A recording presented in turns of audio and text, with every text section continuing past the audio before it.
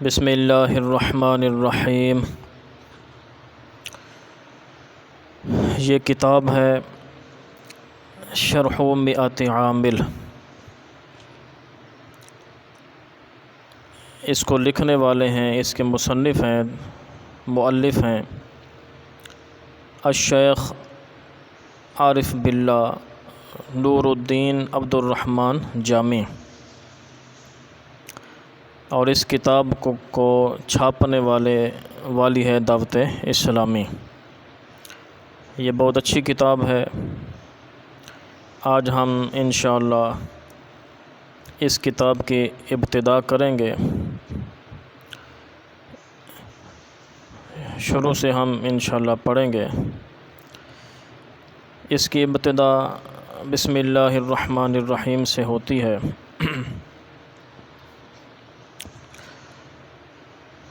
ہم پہلے عبارت پڑھیں گے، اس کے بعد اس کا لفظی ترجمہ، پھر با محاورہ ترجمہ، پھر اس کی وضاحت کریں گے، اور سب سے آخر میں پھر ترکیب کریں گے۔ ترکیب نحوی بھی کہا جاتا ہے، تحلیل نحوی بھی کہا جاتا ہے۔ بسم اللہ الرحمن الرحیم۔ اللہ کے نام سے شروع جو بڑا مہربان نہایت رحم والا۔ بسم اللہ الرحمن الرحیم کی ترکیب آسان بھی کی جاتی ہے، مشکل بھی کی جاتی ہے۔ ہم مختصراً انشاءاللہ ترکیب کریں گے۔ بسم اللہ کی جو با ہے حرف جار، یہ با حرف جار ہے، اسم مضاف ہے۔ یہ اصل میں اسم ہے، اور اسم کا جو حمزہ ہے یہ حمزہ وصلی ہے، اور حمزہ وصلی درمیان کلام میں گر جاتا ہے۔ جیسے کہ یہاں پر با کو جب اسم کے ساتھ ملایا گیا تو اسم کا جو حمزہ تھا وہ گر گیا، اور حمزہ وصلی کو وصلی اس لیے کہا جاتا ہے کہ وصلی جو لفظ ہے یہ وصلن سے بنا، اور وصلن کا معنی ہوتا ہے ملانا۔ تو حمزہ وصلی کو وصلی اس لیے کہا جاتا ہے کہ یہ حمزہ وصلی اپنے ما قبل کو اپنے ما بعد سے ملا کر خود گر جاتا ہے، جیسا کہ یہاں پر دیکھا جا سکتا ہے۔ اسم کا حمزہ وصلی گر گیا تو یہ بن گیا بسمی۔ حمزہ وصلی کے بارے میں مزید میں الحمد پر انشاءاللہ تھوڑی بہت گفتگو اور ہے جو کروں گا۔ با حرف جار ہے، اسم مضاف ہے، اللہ اسم جلالت موصوف، الرحمن صفت اول ہے، الرحیم صفت ثانی ہے۔ اللہ اسم جلالت موصوف اپنی دونوں صفتوں سے مل کر اسم مضاف کا مضاف الیہ ہوا۔ اسم مضاف اپنے مضاف الیہ سے مل کر با حرف جار کا مجرور ہوا۔ جار اپنے مجرور سے مل کر، اب یہاں پر یاد رکھیں کہ جار اور مجرور یہ دونوں چیزیں جو ہیں، جار اور مجرور یہ دونوں چیزیں مل کر ظرف بنتی ہیں، اور ظرف جو ہوتا ہے یہ کمزور ہوتا ہے، اس کو سہارے کی ضرورت ہوتی ہے۔ جار مجرور ڈائریکٹ کچھ نہیں بن سکتے، خبر بھی نہیں بن سکتے، مضاف بھی نہیں ہو سکتے، موصوف صفت وغیرہ کچھ بھی نہیں بن سکتے ڈائریکٹ، ان کو سہارے کی ضرورت ہوتی ہے۔ تو لہٰذا با جار اپنے مجرور سے مل کر یہ ظرف مستقر ہوں گے اشرع فعل کے۔ اچھا، ایک ہوتا ہے ظرف مستقر، ایک ہوتا ہے ظرف لغو۔ اگر اس کا متعلق نظر آ رہا ہو، موجود ہو، یعنی ظرف جار مجرور کا جو متعلق ہے وہ اگر یہاں پر نظر آ رہا ہو تو پھر اس وقت کہا جاتا ہے کہ یہ ظرف لغو ہے، اور اگر وہ پوشیدہ ہو، محذوف ہو، متعلق، تو پھر اس کو ظرف مستقر کہا جاتا ہے۔ تو جار اپنے مجرور سے مل کر ظرف مستقر ہوا اشرع فعل کے۔ اشرع فعل، اس میں آنا ضمیر فاعل ہے، فعل اپنے فاعل اور ظرف مستقر سے مل کر لفظاً جملہ فعلیہ خبریہ ہوا اور معناً جملہ فعلیہ انشائیہ ہوا۔ تو یہ بسم اللہ کی ترکیب ہو گئی۔ اب ہم الحمد شریف سے شروع کرتے ہیں۔ اب یہاں پر ایک اور چیز ہے، بسم اللہ الرحمن الرحیم کی جو میم ہے، اس کو اگر الحمد کی لام کے ساتھ ملا کر پڑھیں گے، بسم اللہ الرحمن الرحیم الحمد للہ اگر پڑھیں گے، تو پھر الحمد پر جو حمزہ ہے یہ حمزہ وصلی ہے، یہ گر جائے گا۔ یہاں پر ایک اور بات یاد رکھیں کہ حمزہ وصلی کے گرنے کی دو صورتیں ہیں۔ ایک صورت میں تو ایک لفظ کو جب دوسرے لفظ سے ملائیں تو پھر اگر وہ حمزہ وصلی ہوگا تو وہ خود ہی گر جائے گا، وہ ملانے سے گر جائے گا، اور دوسری صورت میں حمزہ وصلی خود ہی گر جاتا ہے۔ مثال کے طور پر یہاں پر الرحیم کی میم کو الحمد کے لام کے ساتھ ہم ملا کر پڑھتے ہیں مل حمد للہ، تو الحمد کا جو حمزہ ہے یہ گر جائے گا، تو پڑھیں گے مل حمد للہ۔ حمزہ وصلی کے گرنے کی دوسری صورت یہ ہے کہ جیسے ایک امر کا صیغہ آتا ہے قل، اس کا مطلب معنی ہے تو کہہ، تم کہو، تو قل اصل میں تھا اقول، واو کی حرکت ما قبل کو دے کر واو کو حذف کر دیا تو بنا اقول۔ اب وہاں پر بھی جو حمزہ ہے، اقول میں جو حمزہ ہے وہ حمزہ وصلی ہے، تو اب حمزہ وصلی کے بعد اگر کوئی حرف متحرک ہو جائے تو وہ حمزہ وصلی خود گر جاتا ہے۔ تو اقول میں جو حمزہ وصلی ہے اس کے بعد قاف ہے وہ متحرک ہو گیا، اب حمزہ وصلی یہ گر گیا تو بن گیا کل۔ تو حمزہ وصلی کی یہ دو صورتیں تھی گرنے کی، لیکن جو حمزہ قطعی ہوتا ہے وہ اس کے برخلاف ہوتا ہے، اس کا الٹ ہوتا ہے، وہ ایک تو درمیانے کلام میں گرتا نہیں ہے، دوسری بات یہ کہ اگر حمزہ قطعی کے بعد والا حرف متحرک ہو جائے تو پھر بھی وہ نہیں گرتا، وہ ویسے ہی رہتا ہے، جیسے اقم الصلاۃ۔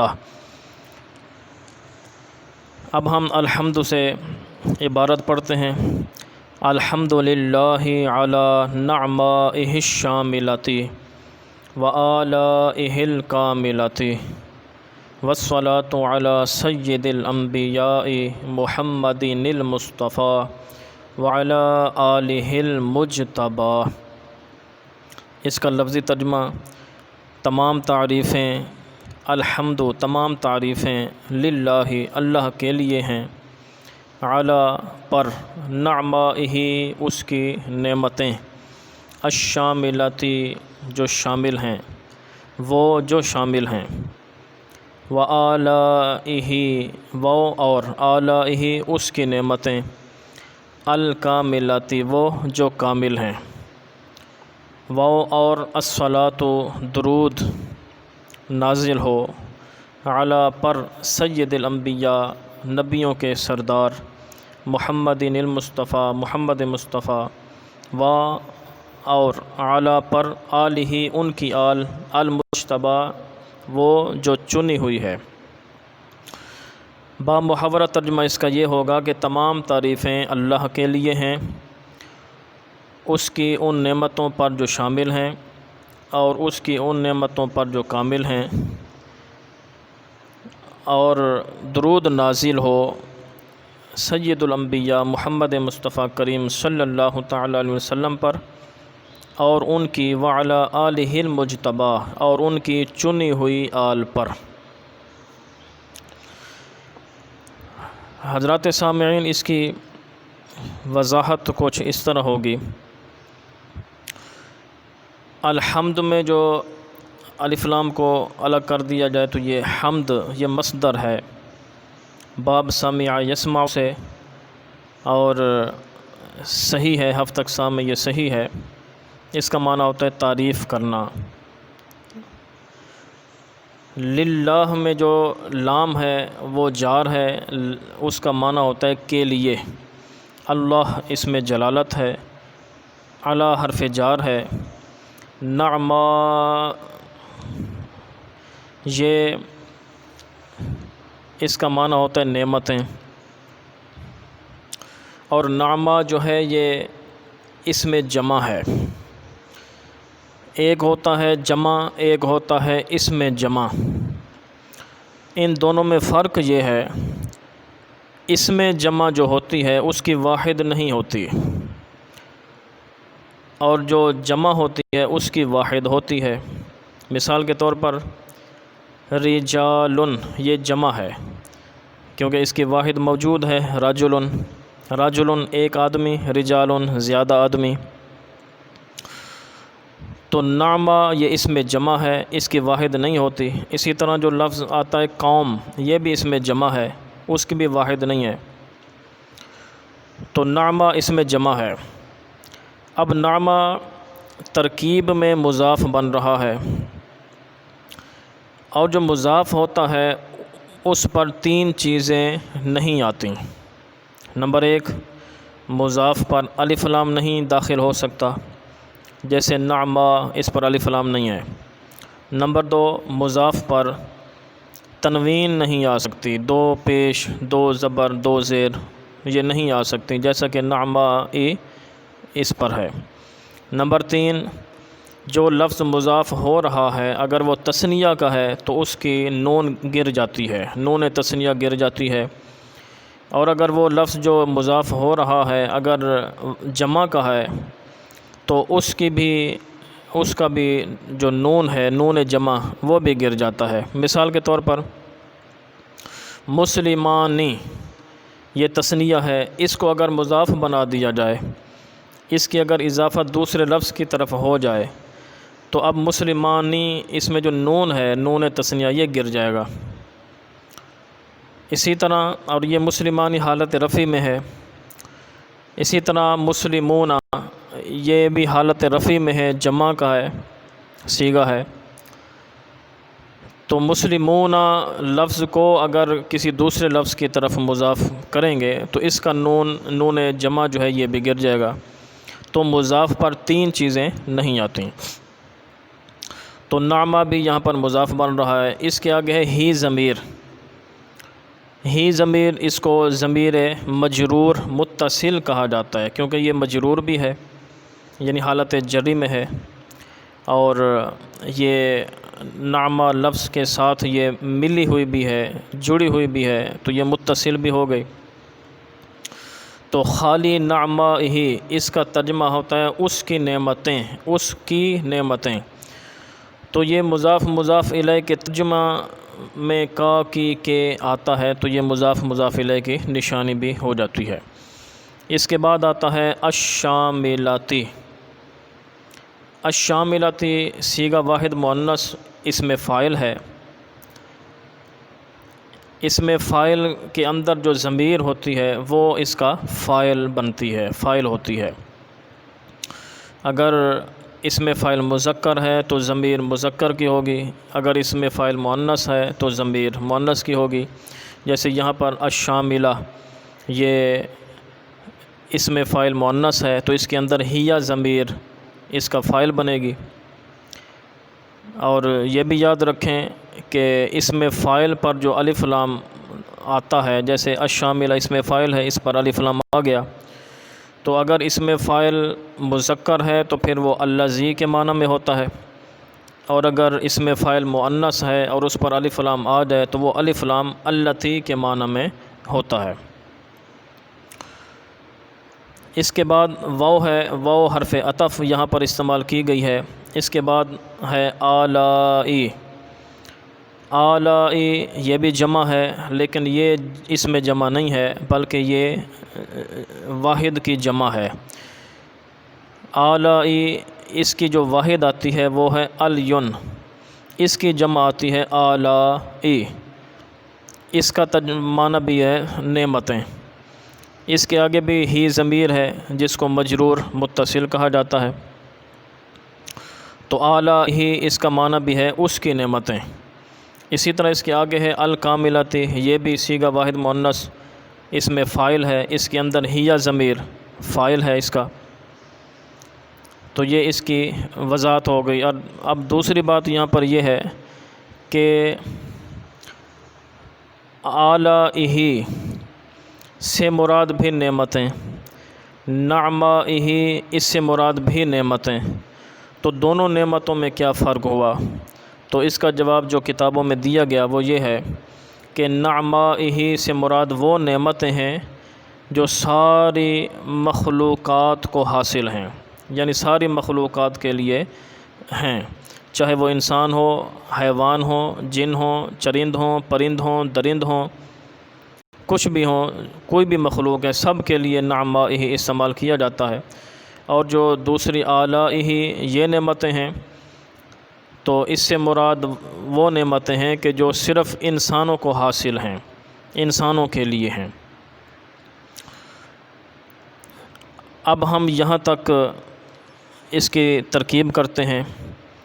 الحمد مبتدا ہے، للہ میں جو لام ہے وہ حرف جار ہے، اس میں جلالت مجرور ہے، جار اپنے مجرور سے مل کر ظرف مستقر ہوا، مختصن کے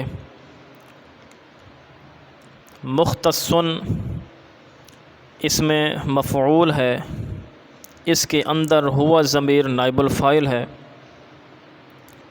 اب ہم آگے چلتے ہیں۔ علی جار، نعمائی مضاف، ہی ضمیر مضاف الیہ، میں نشان لگا دیتا ہوں تاکہ آسانی ہو، دوبارہ کرتے ہیں۔ الحمد مبتدا ہے اور یہاں پر لام جار، اس میں جلالت مجرور، جار مجرور مل کر ظرف مستقر ہوا مختصن کے، اس کے آگے ہے جار، یہ حرف جار ہے، نعمہ مضاف ہے، ہی ضمیر مضاف الیہ ہے، نعمہ مضاف اپنے مضاف الیہ سے مل کر موصوف، الشاملۃ اس کی صفت، موصوف اپنی صفت سے مل کر بنے گا معطوف علیہ، آگے واو ہے حرف عطف، آلائی مضاف ہے، ہی ضمیر مضاف الیہ ہے، یہ مضاف بھی اپنے مضاف الیہ سے مل کر بنے گا موصوف، الکاملۃ اس کی صفت ہے۔ اب ہم اس کو سمیٹتے ہیں کہ آلائہ موصوف اپنی صفت سے مل کر بنے گا معطوف،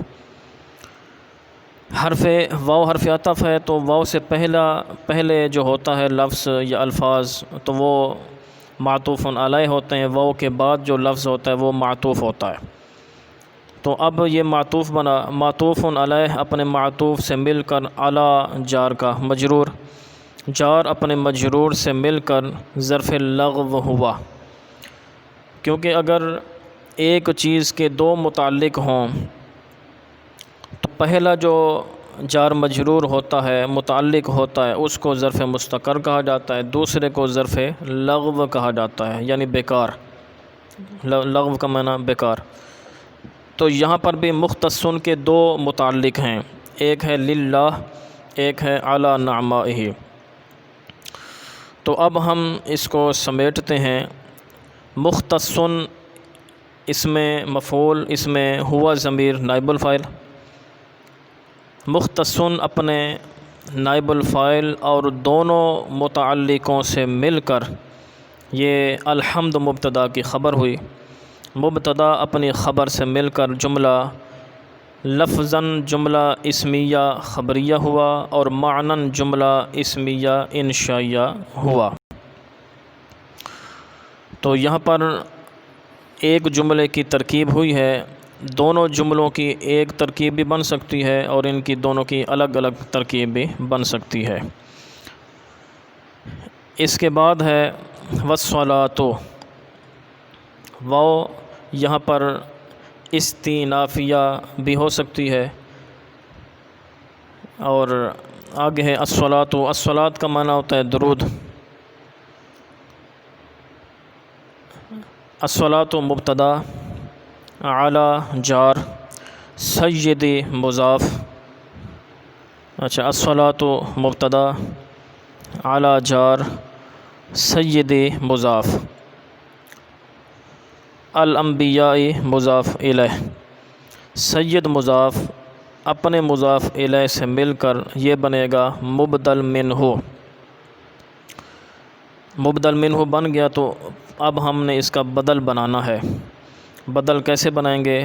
دیکھیں، محمد موصوف، لفظ محمد موصوف، المصطفیٰ یہ باب افتعال سے اس میں مفعول ہے، اس کے اندر جو ہوا ضمیر ہے وہ نائب الفاعل ہے، تو مصطفیٰ اس میں مفعول اپنی ہوا ضمیر نائب الفاعل سے مل کر یہ محمد کی صفت بنے گی۔ محمد اپنی صفت سے مل کر، لفظ محمد اپنی صفت سے مل کر، موصوف اپنی صفت سے مل کر یہ بنے گا بدل۔ مبدل منہ اپنے بدل سے مل کر یہ بنے گا اعلی جار کا مجرور، جار اپنے مجرور سے مل کر یہ بنے گا معطوف علیہ۔ معطوف علیہ ہم نے بنا دیا، اب آگے ہے واو حرف عطف، تو اب اس کے بعد ہم نے معطوف بنانا ہے، وہ کیسے بنے گا؟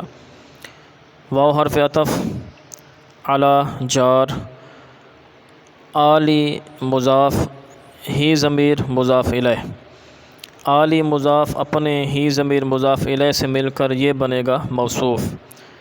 اب المجتبیٰ بھی وہی ہے، المجتبیٰ باب افتعال سے اس میں مفعول ہے، اس کے اندر ہوا ضمیر نائب الفاعل ہے۔ مجتبیٰ اس میں مفعول اپنی ہوا ضمیر نائب الفاعل سے مل کر یہ بنے گا صفت، موصوف اپنی صفت سے مل کر یہ بنے گا اعلی جار کا مجرور، جار اپنے مجرور سے مل کر پیچھے ہم نے بنایا تھا معطوف علیہ، اب یہ بنے گا معطوف۔ تو معطوف علیہ اپنے معطوف سے مل کر